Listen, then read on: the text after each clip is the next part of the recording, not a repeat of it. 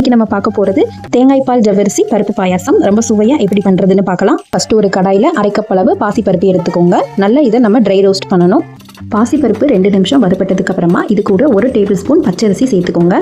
Table spoon அளவு கடலைப்பருப்பு சேர்த்துக்கலாம். இப்போ நம்ம சேர்த்துருந்த அரிசி கடலைப்பருப்பு பாசிப்பருப்பு கூட 2 நிமிஷம் அதே மாதிரி லோ ஃப்ளேமில் வச்சு வறுத்து விட்டுக்கோங்க. கூட 1/4 கப் அளவு ஜவ்வரிசி சேர்த்துக்கலாம்.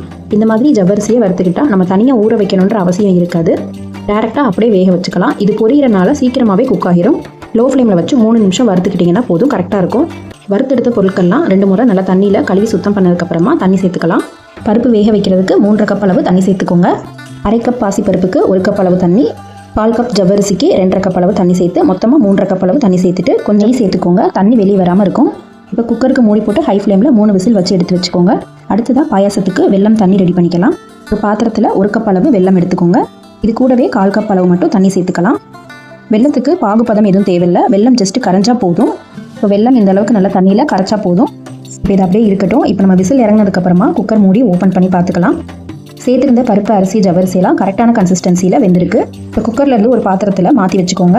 மாற்றி வச்சதும் ஸ்டவ்வை லோ ஃப்ளேமில் வச்சிங்கன்னா அடி பிடிக்காமல் இருக்கும். இப்போ இது கூடவே நம்ம கரைச்சி வச்சிருந்த வெள்ளமை இப்படி ஒரு ஃபில்டர் வச்சு ஊற்றிக்கோங்க. மண் தூசு எதுனா இருந்ததுன்னா ஃபில்டர் ஆகிக்கணும்.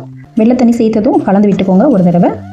இதுக்கப்புறமா பாயாசத்தோட சுவை இன்னமும் அதிகரிக்கிறதுக்கு 1 கப் அளவு தேங்காய் பால் சேர்த்துக்கலாம். 1/4 மூடி அளவு தேங்காயை பொடியாக கட் பண்ணி மிக்ஸி ஜாரில் அரைச்சி கொஞ்சமாக தண்ணி சேர்த்து பால் கெட்டியாக எடுத்துக்கோங்க. அப்போ தான் டேஸ்ட் நல்லாயிருக்கும். இப்போ நம்ம தேங்காய் பால் சேர்த்தாச்சு. இது கூடவே ஸ்வீட்டுக்கு கொஞ்சமாக உப்பு சேர்த்திங்கன்னா ஸ்வீட்டோட டேஸ்ட்டை நல்லா எடுத்து கொடுக்கும். அதனால் கொஞ்சமாக உப்பு சேர்த்துட்டு நல்லா கலந்து விட்டுக்கோங்க. தேங்காய் பால் சேர்த்ததும் ரொம்ப நேரம் அடுப்பில் வைக்கக்கூடாது. 1 நிமிஷத்தில் ஸ்டவ் ஆஃப் பண்ணிடுங்க. 1 டீஸ்பூன் ஏலக்காய் தூள் சேர்த்துக்கலாம். இது கூடவே கொஞ்சமாக பச்சை கற்பூரம் சேர்த்துக்கலாம். நமக்கு இது நல்லா ஒரு முறை கலந்து விட்டுக்கோங்க. இப்போ ஸ்டவ் ஆஃப் பண்ணிக்கலாம். அடுத்ததாக பாயாசத்துக்கு முந்திரி திராட்சை வறுத்துக்கலாம். 2 டேபிள் ஸ்பூன் அளவு நெய் சேர்த்துக்கோங்க. 1 கைப்பிடி அளவு முந்திரி சேர்த்துக்கலாம். முந்திரி பருப்பை லேசாக வறுத்து விட்டுக்கோங்க. மைல்டாக கலர் சேஞ்ச் ஆன உடனே 20லேருந்து 25 உலர் திராட்சை சேர்த்துக்கோங்க. உலர் திராட்சையை பலூன் மாதிரி உப்பி வர அளவுக்கு வறுத்து விட்டுக்கோங்க. முந்திரி பருப்பும் கரெக்டாக செவந்து வந்துடும். 2 கோல்டன் ப்ரௌனில் வறுபட்டதுக்கு அப்புறமா பாயாசத்துக்கு கூட சேர்த்துக்கோங்க. முந்திரி உலர் திராட்சையை பாயாசத்துக்கு கூட ஒரு முறை நல்லா கலந்து விட்டுக்கோங்க. அவ்வளோதான் ஃப்ரெண்ட்ஸ். மணக்க சுவையான தேங்காய் பால் ஜவ்வரிசி பருப்பு பாயாசம் சூப்பராக ரெடி பண்ணியாச்சு. வீடியோ பிடிச்சிருந்தா லைக் பண்ணி ஷேர் பண்ணி கமெண்ட் பண்ணுங்கள். சப்ஸ்கிரைப் பண்ணாதவங்க சப்ஸ்கிரைப் பண்ணிக்கோங்க. தேங்க்யூ.